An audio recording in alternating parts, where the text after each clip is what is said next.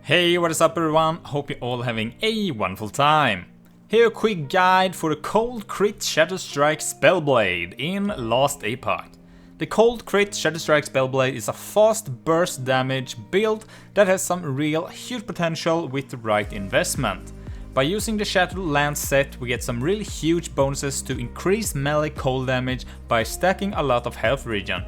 We're also using the unique boots Morning Frost, which gives us +1 cold damage to attacks per point of dexterity, and also our main skill, Shatter Strike, also provide extra flat melee cold damage per point of dexterity, making it a perfect fit for this build. Shatter Strike sweep in a big circle around us, dealing damage in a big AoE. Each time we strike the skill, we get a recast of 2 extra times, making it deal tons of damage, but for a high cost of mana. To help with this, we also have to use Mana Strike from time to time to be able to sustain it. The build uses enchanted weapons to boost the damage even further. For this we gain damage multipliers and also a huge boost to attack speed when activating the skill. The build overall is not the tankiest, even though we stack a lot of health regen. It can be hard to get access to health, as most of the suffix slots will go to stack our health regen, making us vulnerable to larger hits, but we get fine to smaller ones. But to help with this, we use Flame Ward, which will grant us ward and armor, and also a huge percent to less damage taken from hits and some for elemental damage. To help move us around, we're using Surge as a mobility skill. We also get some extra ward here as well for some extra defense. Overall, it's a really fun build, but it takes quite a bit of investment until the Spellblade feels less of a glass cannon build, but you will feel at least the damage really early on this build. For some pros, great single target damage, and another one is health regen. We get tanky against smaller hits. The uniques and set pieces are quite common for this build and can be easily target farmed. For some cons, one-shots from rares and bosses. The build is very stat restricted, as we are stacking a lot of health regen and also dexterity. It can be hard to get the health and also the resist up. For the uniques and also set pieces, let's start with the set making this build possible. Shattered Lance set makes us get 15 increased melee cold damage per 10 health regen. Very fun and unique way of scaling defense to get even more damage. The set contains 2 items and are dropped from God Hunter Argus from the Stolen Lands timeline. The first piece is Shard of the Shattered Lance and is a one-handed sword. We get the buff Decide for 15 seconds when we kill a rare or boss enemy, and Decide grants 20% more movement speed and also damage. We get up to 85 flat melee cold damage, some increased melee cold damage, freeze rate multiplier, and also some flat health regen. The other piece is the Relic Fragment of the Shattered Lance, and the base itself gives us some flat health regen. We also get some increased health regen, freeze rate multiplier, health gain on freeze, and some increased melee cold damage. We're using Morning Frost to really push this build to its limits, as we get +1 cold damage to attacks and spells per point of dexterity, but for the cost of -1% physical and cold resist per point of dexterity. We also get some increased movement speed and also some freeze rate multiplier. Peak of the Mountain is a great addition for this build, as it can be hard to get our critical strike chance up. With its high chance of critical strike chance, makes us capping our crit very easy. The helm makes us so we can't leech health from crit strikes, but with our high regen that doesn't matter too much. We also get some extra points to all attributes here as well, and the effective level of LP on this helm is very low, making it pretty common to drop with legendary potential on it. For some stats for this build, try to go for health, resist, critical strike avoidance for the cap, flat health regen and also increased health regen, dexterity, increased critical strike chance and also multiplier, chance to shred armor on hit, and also attack speed. And for the class specific stat, try to go for a +2 level of Shattered Strike. For the idols, we want to get 2 huge idols with increased critical strike chance and also flat health.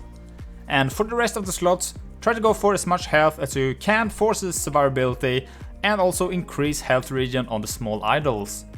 And some of the more noticeable blessings is going to be from the timeline the Black Sun. Here you can go for Void Resist or Critical Strike Multiplier. Ending the Storm for increased health regen up to 200%. Reign of Dragon, you can get up to 20% to all resistance or critical strike avoidance for the easy cap. Age of Winter for some chance to shred cold resist on hit. And Spirit of Fire for the flat armor. And let's go over quickly the most important notes for the skills, starting with Shatter Strike. So Shatter Strike is our main damage ability, a sweeping melee attack that strikes enemy in a circle and dealing cold damage and instantly kill frozen enemies below 100 health. We're using Shiver here for a bigger area and also for the cold penetration. We're using Cold Steel for the critical strike multiplier per sword. Here we get 120 per sword, and as we are using 2 swords, this is going to be double. Huge damage for this build. Absolute Zero for the damage multiplier. Breaths of Cold for even more damage multiplier and also increase to the area. Without makes it so the skill now also recast for huge damage, but we get some less attack speed and also a huge boost to the mana cost of this skill. Our remainder point, we want to use them in Ice Blink for the additional attack speed. We're using Surge as our mobility skill, and this also deals a little bit of damage while we are moving around. Chilling Advance, so we are invulnerable when we are using Surge. Glacial Assault makes the base skill go from lightning to cold. Effluence will increase the base crit chance of the skill and also provide us ward gain when we do crit with Surge. Longstrider makes it so we can travel further with the skill, and Storm Aegis so we get some additional ward when we hit the enemy. Enchant Weapon boosts damage by ton for this build with a passive bonus of 50% more elemental damage, and also when we activate this skill we gain additional 50% more elemental damage. Huge for this build. Clarity makes it so we also get now melee attack speed 50% when we activate the skill.